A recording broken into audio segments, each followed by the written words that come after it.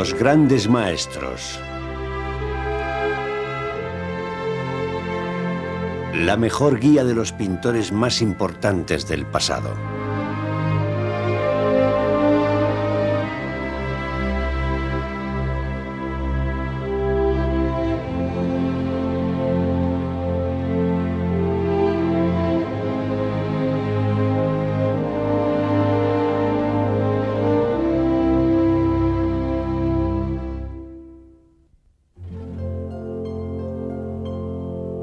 En la ribera del río Arno, Florencia crecía más y más cada día. Pero aquí, en los montes de Mugello, el tiempo transcurría más lentamente. La vida avanzaba pausadamente, como los senderos que escalan los Apeninos desde Toscana hacia la Emilia. Aquí, todos seguían el tempo de la naturaleza, el ritmo de los campos y de quienes en ellos trabajaban. Hacia 1275, el hijo de Bondone, un niño campesino de Colle di Vespignano, apacentaba a su pequeño rebaño. Pasaba el tiempo dibujando sus ovejas en la tierra o las rocas de los prados. El maestro Cimabue, el artista más famoso de la época, reparó en los dibujos del zagal durante un viaje a Bolonia y quedó impresionado por su calidad artística. Y así empezó la leyenda, mitad fábula, mitad hechos constatados, de un artista que revolucionaría la pintura, pero cuyo nombre quedó en el misterio. El joven pastor solo respondía a Cimabue por su sobrenombre: «Me llamo Giotto».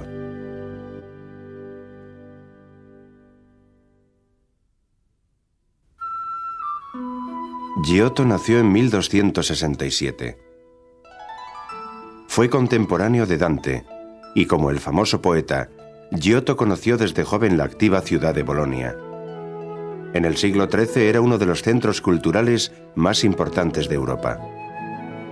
Cimabue había pintado allí un suntuoso retablo de la Virgen, entronada en la iglesia boloñesa de Santa María de los Siervos. Y tras su regreso a Florencia, guió los primeros pasos de su excepcionalmente dotado discípulo. Cimabue y Giotto trabajaron codo con codo, incluso pintaron varias obras juntos. La sencilla y solemne organización de las pinturas de Cimabue fueron una influencia esencial en el estilo de Giotto. El joven Giotto se concentró sobre todo en dos temas que mantendrían su importancia durante toda su carrera: la Virgen y el Niño para la iglesia de San Jorge de la Costa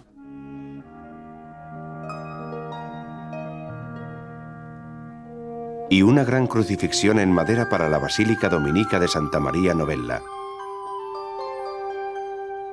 En un gran salto adelante, la anatomía de la figura de Cristo superó las formas del estilo bizantino.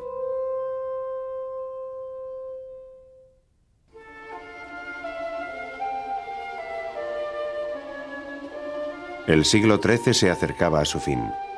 Los talleres artísticos más importantes de Italia y la cuna de la innovación estilística ya no se hallaban en Bolonia, Florencia o Roma. La Basílica de San Francisco de Asís se convirtió en el crisol del nuevo arte. San Francisco murió en 1226. Poco después fue erigida una grandiosa iglesia en torno a su tumba. La primera fase, culminada en 1230, fue la robusta iglesia inferior. La radiante iglesia superior sería consagrada en 1253. En contraste con el sombrío silencio de la basílica inferior, el ritmo espacial de la nueva iglesia quedaba marcado por la progresión de 4 grandes arcos a lo largo de una nave amplia y despejada. Hacia 1280, Cimabue inició la decoración de los cruceros. La oxidación de los colores ha afectado seriamente la conservación de los frescos, que sin embargo mantienen la fuerza y el dramatismo del estilo del maestro. De hecho, representan el punto culminante de la evolución del arte bizantino en Italia. La distribución de las figuras, las posturas, sus gestos y facciones siguen reglas marcadas por la tradición. Pero Cimabue infundió también un nuevo significado a estas pinturas. Sus figuras están cargadas de una singular energía que las lleva al borde del abismo en el conflicto final entre el bien y el mal, que turba y confunde mentes y almas. Cimabue pintó también una virgen, más plácida, con los santos, en la iglesia inferior, famosa por su frágil y conmovedora imagen de San Francisco. Hacia 1285, Cimabue, que supervisaba el desarrollo de la obra, dio rienda suelta a sus colaboradores, a los que se unieron otros pintores llegados de Roma.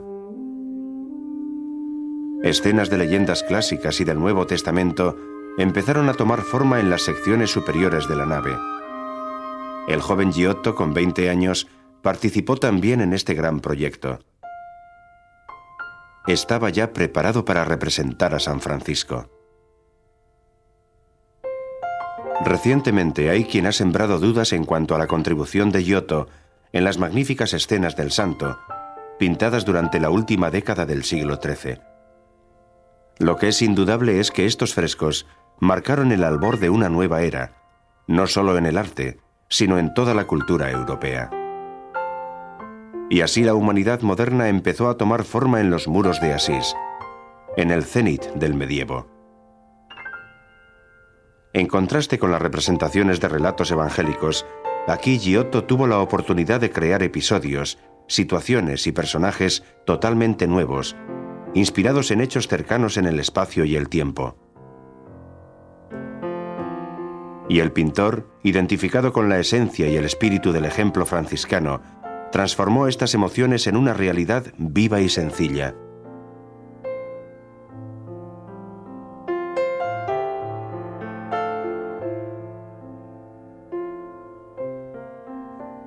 Giotto se adentró en la plaza de la ciudad de Asís para estudiar los restos del templo romano dedicado a Minerva. Posteriormente lo utilizaría como fondo en la escena de un hombre que extiende su capa a los pies del joven San Francisco, en una emotiva serie de gestos y expresiones.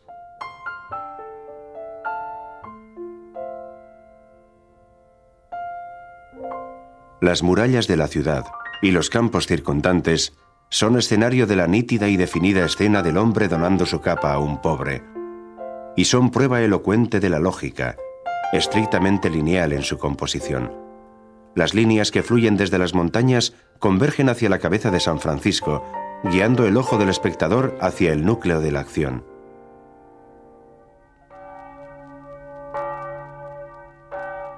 No es difícil imaginarse a Giotto, fascinado por los montes de Umbría, caminando hacia el monasterio de San Damiano, reviviendo la visión mística del santo y arrodillándose ante la imagen del crucifijo, entre los ruinosos muros de la desvencijada iglesia.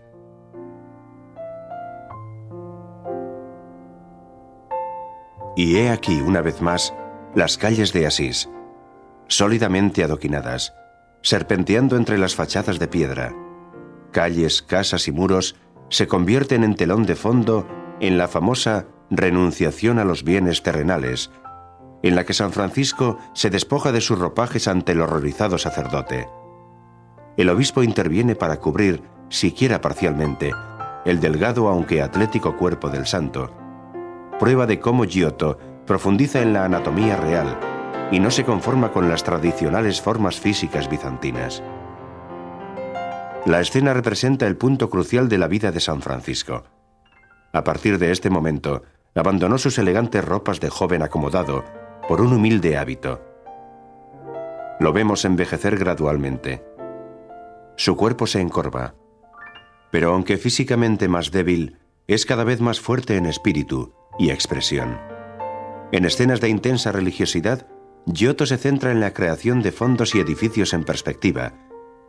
En al menos 1000 años, ningún pintor había mostrado gran interés en plasmar 3 dimensiones en sus obras. Giotto, buscando una imagen creíble y auténtica, muestra aquí los primeros pasos de un camino que iba a guiar a todos los grandes maestros de la pintura italiana.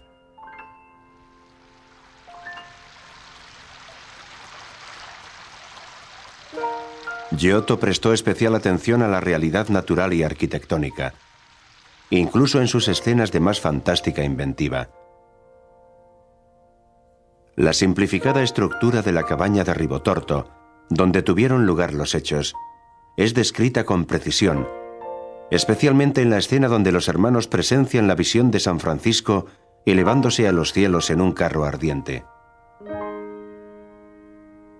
Giotto era un maestro de la realidad.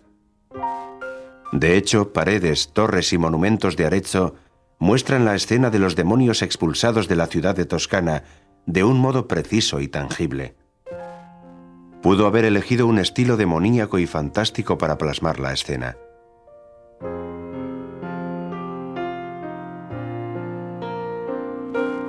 La fascinante pureza de los ermitaños franciscanos fue su inspiración para la conmovedora escena del nacimiento de Greccio.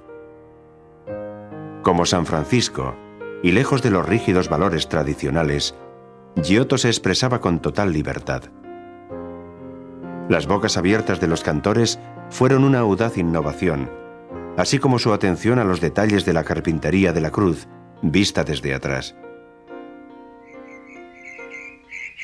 Con San Francisco como modelo, Giotto recitaba, obra tras obra, su canto a las criaturas.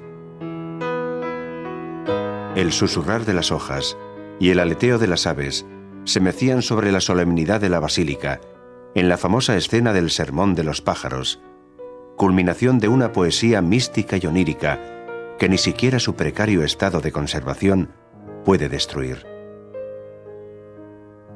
Giotto no eludió la suprema dificultad de Nuestra Hermana, la muerte del cuerpo, que afrontó con sus armas habituales, sencillez y naturalidad. Como se aprecia en la muerte del caballero de Celano o en la silente muerte de San Francisco.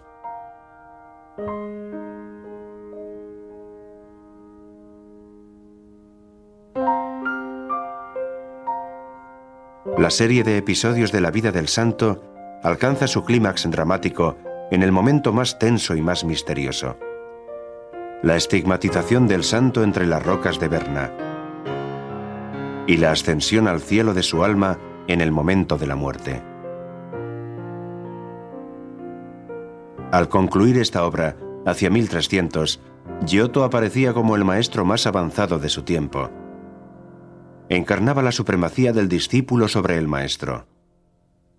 Dante lo expresó en estas concisas y expresivas líneas: Tú, Cimabue, creías dominar de la pintura el terreno, pero ahora Giotto aclamación tan fuerte recibe que tu fama ha ensombrecido.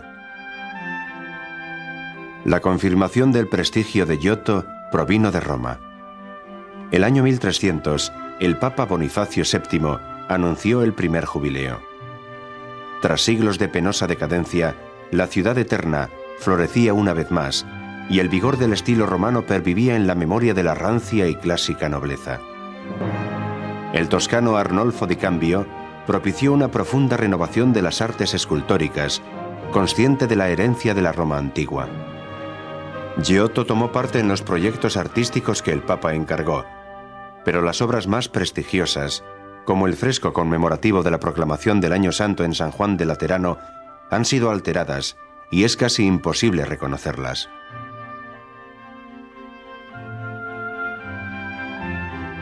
Sin embargo, el último políptico, conservado en la Pinacoteca Vaticana, está bien conservado. Pintado por ambos lados, fue un encargo del cardenal Caetani Stefanecchi para el altar mayor de la Basílica de San Pedro. Es el testimonio más completo de la significativa y repetida presencia de Giotto en Roma.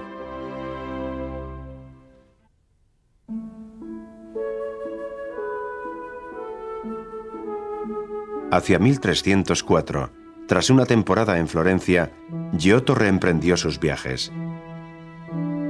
Esta vez hacia el norte. Se desplazó a la brillante, culta y universitaria ciudad de Padua, centro de una fuerte espiritualidad franciscana, plasmada en la iglesia de San Antonio. Bajo el gobierno de la dinastía Carresi, la ciudad era próspera y rica en monumentos. Empezaba a asumir su posición entre las grandes capitales de la pintura del siglo XIII. A Giotto se le ofreció una gran oportunidad. En un terreno aledaño al antiguo circo romano, el noble Enrico Scrovegni decidió erigir una capilla familiar. A juzgar por la similitud entre la forma real de la capilla y la miniatura que Giotto pintó en el interior, parece muy probable que el maestro toscano fuera también el arquitecto.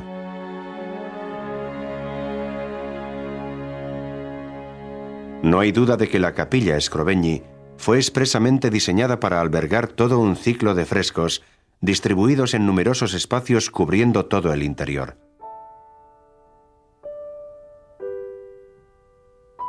Realizados entre 1304 y 1306, los frescos marcaron un punto de inflexión en el arte occidental. Alcanzando su madurez artística, la obra de Giotto en Scrovegni afirmó solemnemente el redescubrimiento de la dignidad física y moral del hombre en el presente y en la historia. Las historias de Joaquín y Ana y la de María, seguidas por la vida y la pasión de Cristo, se representan en 3 filas superpuestas en los muros laterales. Los escenarios cambian, se alternan los personajes y se desdoblan los hechos, pero siempre hay un protagonista, la humanidad moderna. En la minuciosamente calculada perspectiva de los escenarios, los sentimientos que parecían olvidados y encerrados en la distancia de la edad antigua recuperaban su lugar en el arte. Las miradas y elementos naturales enfatizan el momento. El beso entre Joaquín y Ana es inolvidable. Con la conmovedora ternura del abrazo de una pareja que en su madurez se reencuentra tras una triste y misteriosa separación. Giotto varió el ritmo de sus composiciones con gran destreza. Las escenas con la Niña María son alegres y animadas, mientras que una temerosa previsión precede la ceremonia nupcial de la Virgen. Aquí impuso una visión detenida y casi suspendida sobre el espectador.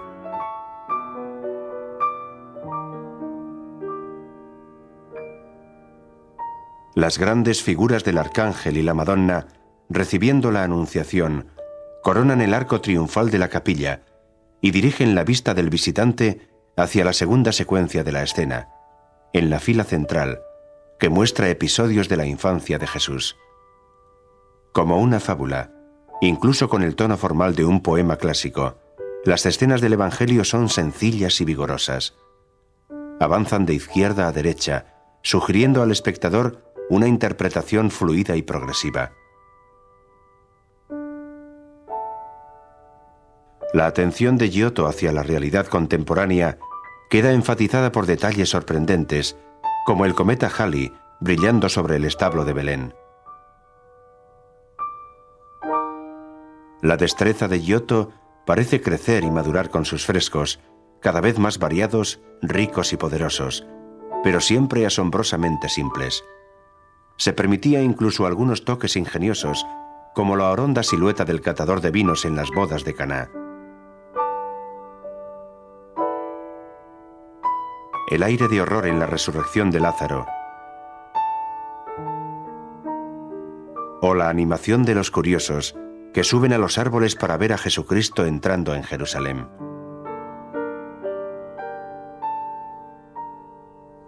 Este era el preludio de la tercera serie de escenas, la Pasión. Ahora Giotto pintó un ambiente de tragedia y la sensación de crescendo es casi palpable. Las escenas de la Última Cena están rodeadas de un conmovedor silencio, con movimientos medidos y helados gestos que reflejan el presagio del sufrimiento. Entonces las fuerzas del mal se desatan. A la captura de Cristo le sigue la convulsión del horror y la traición. Todas las figuras, incluyendo a Cristo y Judas, se mueven con agitación, atrapados en el drama del beso traidor. En las escenas siguientes, Giotto narró a través de sus pinturas los momentos más importantes de la Pasión. Trae a la memoria las escenas del maestro Cimabue y la comparación es elocuente. Cimabue puso en juego el eterno conflicto cósmico del bien contra el mal logrando escenas de fuerza y dramatismo sobrehumanos. Giotto quedó anclado en lo humano. Tortura, angustia y desesperación son también aspectos de la experiencia humana, y así son tratados. La escena del duelo por Cristo, estructurada con grupos de figuras distribuidas en diversos planos, es quizá el punto culminante de las pinturas de la Capilla Scrovegni.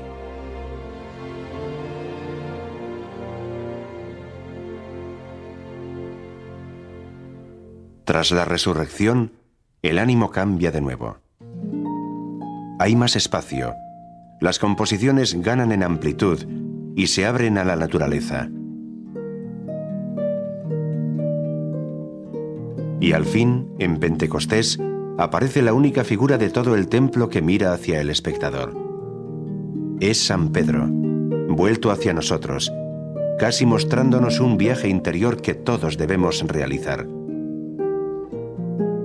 En este punto, se espera que los espectadores reflexionen e interpreten el camino de su propia existencia.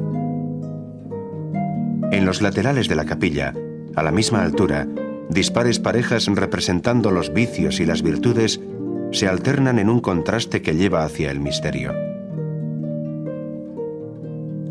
La tumba de Enrico Scrovegni se halla al final de la capilla, ornada con una obra maestra de la escultura, la Madonna de Giovanni Pisano. Pisano fue un gran escultor toscano con quien Giotto parece querer medirse. Una suntuosa crucifixión en madera formó parte también de la decoración de la capilla. Hoy día se halla expuesto en el cercano Museo degli Ermitani. Fue pintada por Giotto tras la conclusión del ciclo de frescos, o quizá durante su última estancia en Padua. La vasta pintura del muro de la entrada, último fresco de la capilla, muestra el gran juicio universal. Giotto trata el tema de la Dies Irae con serena coherencia.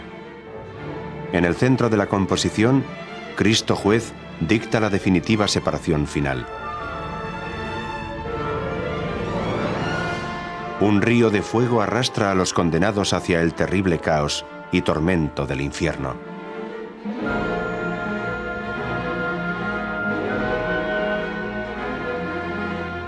Mientras los bienaventurados se alinean en filas ordenadas y simétricas.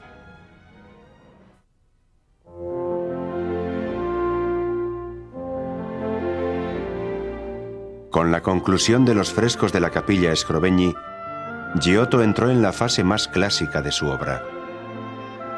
Desde aquel momento, cada uno de sus viajes marcó el florecimiento de escuelas pictóricas con renovado vigor. En pocas décadas, gracias a la disposición de Giotto de ir de ciudad en ciudad, el estilo del maestro toscano se convirtió en el nuevo lenguaje del arte italiano.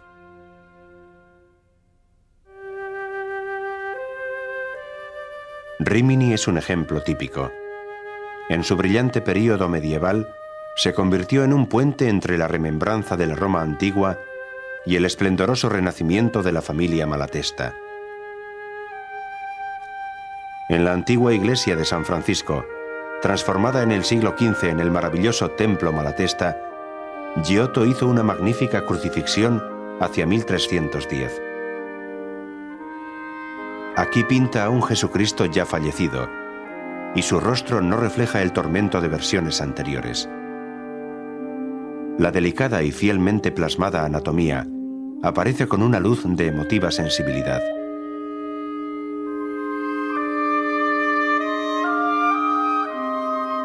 El ejemplo de Giotto inspiró el rápido y positivo desarrollo de una activa escuela pictórica, que en poco tiempo se extendió por toda la costa adriática. Partes importantes de un ciclo de frescos pueden verse aún en la grandiosa iglesia de San Agustín.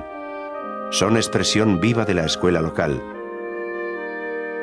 donde la solemne sobriedad de Giotto se enriquece con una vitalidad casi populista, infundida de calor, detalle y dinamismo narrativo.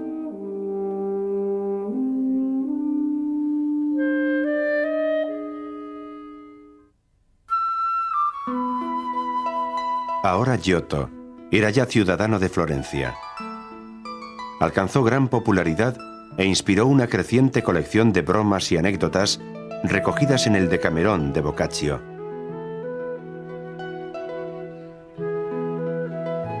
A pesar de su éxito, Giotto siguió siendo un modelo de modestia. Muestra de ello es su negativa a ser denominado maestro.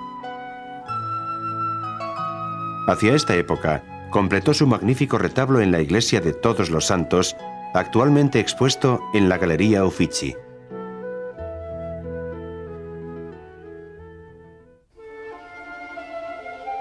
Mientras tanto, sus viajes continuaron.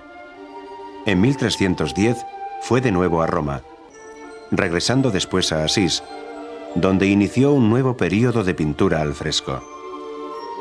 Esta vez, Giotto centró su atención en la iglesia inferior, donde ahora iba a ocupar un puesto entre los maestros de Siena. Habían pasado casi 30 años desde la conclusión de los frescos de San Francisco. Giotto se había convertido en un renombrado e imitado pintor.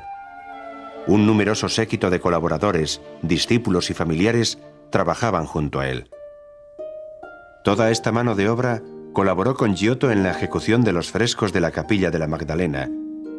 Todos los rasgos característicos de las figuras de Giotto pueden verse aquí: cuerpos robustos, gestos vigorosos y ojos almendrados. El ciclo continúa con escenas de la leyenda sobre la vida de Santa María Magdalena. Giotto escogió el tema del Noli me tangere para su obra. La escena de la llegada a Marsella sorprende por su singularidad.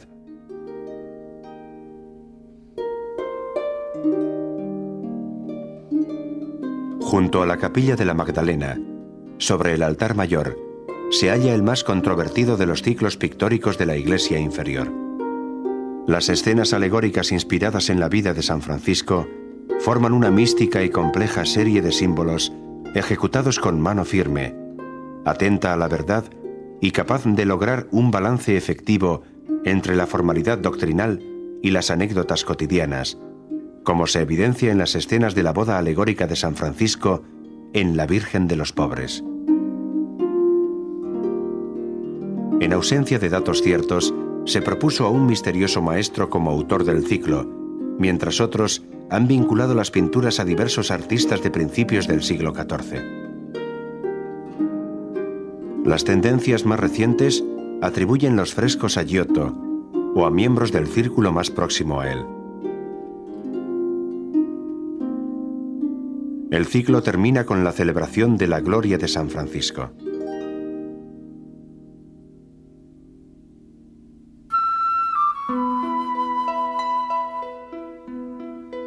Desde 1320, Giotto fue especialmente activo en Florencia, donde luchó por el reconocimiento oficial del artista y su obra. También en esta época concluyó un políptico de extraordinaria calidad cromática. Sus diversas secciones se exponen actualmente en diferentes museos de todo el mundo, mientras la inolvidable pintura de San Esteban ha permanecido en el Museo Horn de Florencia. Este panel muestra una de las figuras más delicadas que hayan surgido del pincel de Giotto.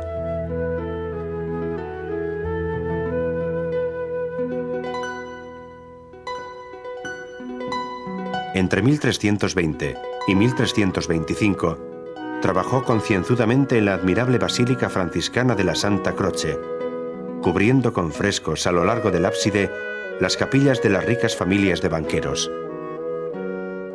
Estos ciclos se hallan en precario estado de conservación, pero muestran aún las innovaciones estilísticas de Giotto y el desarrollo de su arte hacia una postrer madurez. La Capilla Peruzzi fue la primera en ser concluida. Muestra la historia de San Juan Bautista y San Juan Evangelista. Consciente de las dificultades para el espectador, Giotto hizo composiciones de amplia perspectiva, alternando escenas entre complejos edificios con elementos al aire libre y vistas urbanas reales e incluso imaginarias, como en la visión de San Juan en la isla de Patmos. En la contigua capilla de los Bardi, Giotto escogió el tema, una vez más, de la vida de San Francisco. Comparado con el ciclo de Asís, se evidencia aquí un lenguaje más tranquilo y reposado. Incluso las emociones más fuertes son plasmadas con cauta serenidad en composiciones de gran amplitud espacial.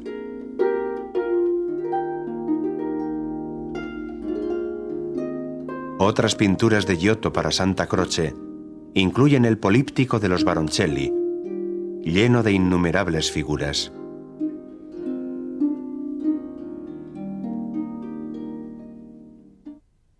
Tras su larga estancia en Florencia, entre 1328 y 1333, Giotto reemprendió sus viajes, y fruto de ellos, el fenómeno del giottismo se difundió desde las mansiones señoriales a toda Italia. Sin embargo, nada queda de los frescos que el maestro pintó en Milán y Nápoles. Después de una temporada en Roma, Giotto hizo un viaje final a Bolonia. Durante aquella época, pintó el sólido políptico que hoy en día se expone en la Pinacoteca Nazionale de la ciudad. La contribución de ayudantes se aprecia claramente en la obra. El empuje de Florencia se hizo aún mayor. El 12 de abril de 1334, Giotto fue nombrado Magister et Gubernator de los trabajos en Santa Reparata, la majestuosa catedral florentina. Y así, en los postreros años de su vida, Giotto asumió el papel de arquitecto y tuvo la oportunidad de estampar su firma en el horizonte de Florencia. Bajo su guía se empezó a construir la torre del campanario, que posteriormente sería denominada, con razón, Torre di Giotto. El maestro diseñó también sus decoraciones en bajorrelieve. Giotto no vivió para ver su obra concluida. Murió a la edad de 70 años, el 8 de febrero de 1337, y fue enterrado con grandes honores en la cripta de la catedral. La muerte de Giotto marcó el inicio de un súbito y prolongado periodo de estancamiento en el arte italiano. Un escrito del siglo XIV describe el desconcierto que paraliza a los artistas florentinos. Reunidos en Or San Michele, los pintores se preguntan quién toma el puesto de maestro mayor de la pintura.